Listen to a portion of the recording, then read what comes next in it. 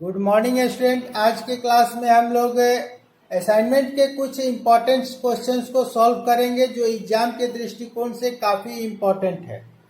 तो जो पहला क्वेश्चन है, निम्नलिखित में से कौन सा एक ऊर्जा का अपारंपरिक स्रोत नहीं है? तो न्यूक्लियर ऊर्जा। प्लेवराइज्ड कोयला क्या है? छोटे छोटे टुकड़ों में टूटे हुए कोयले। कंडेंसर में भाप दाब होता है तो दाब से बहुत कम। कोयला प्लेवराइज करने के लिए प्रयुक्त उपकरण को जाना जाता है बॉयल मिल।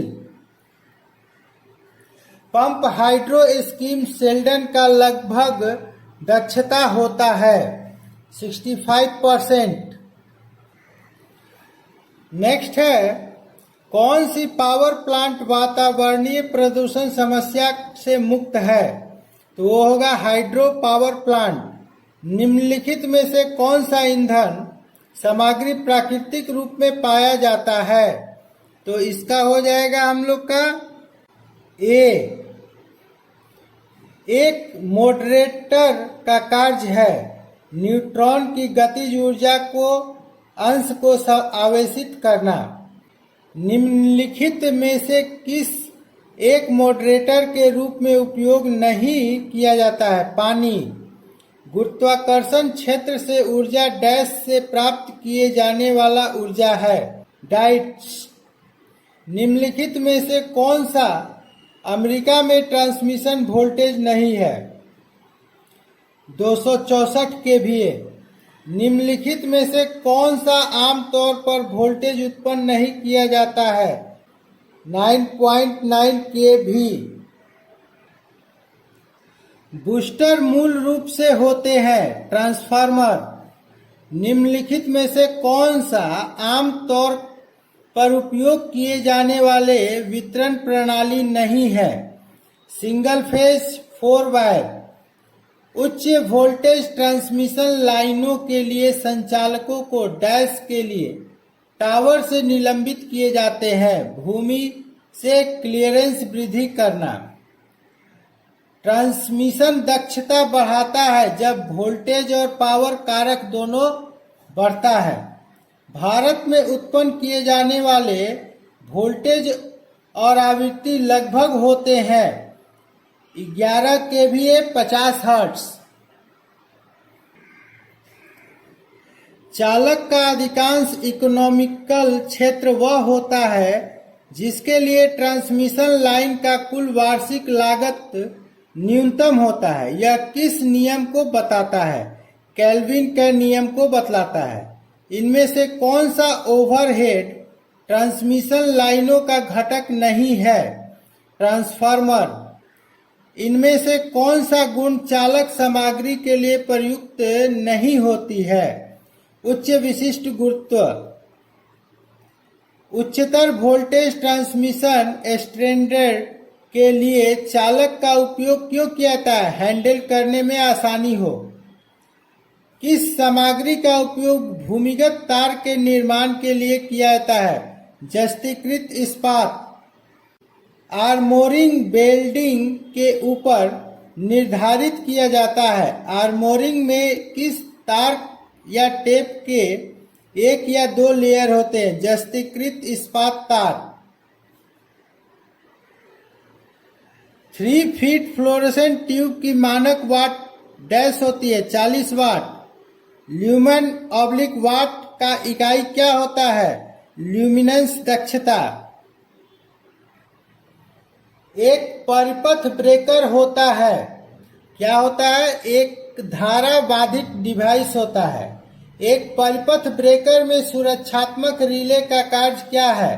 बी ऑप्शन होगा। जब क्रियाशील मात्रा एक निश्चित पूर्व निर्धारित मान तक पहुंचता है तब संपर्क को बंद करना। निम्न वोल्टेज परिपथ ब्रेकर डैश से कम वोल्टेज रेट किया जाता है 10,000।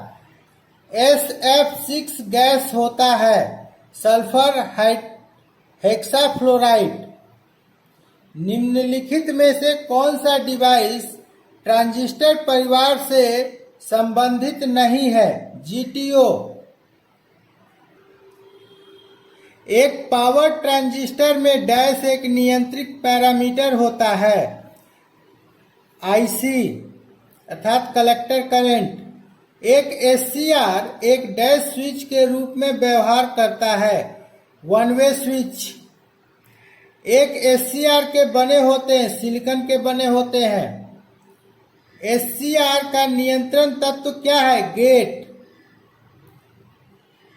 संकेत को पहचानिए, एससीएस। डैश को एक इच्छित एनोड टू गेट करने के लिए बाहरी रूप से प्रयोग किया जा सकता है, पीयूटी। एक इंडक्शन मोटर में निहित ईएमएफ की आवृत्ति कितनी होती है? आपूर्ति आवृत्ति के बराबर।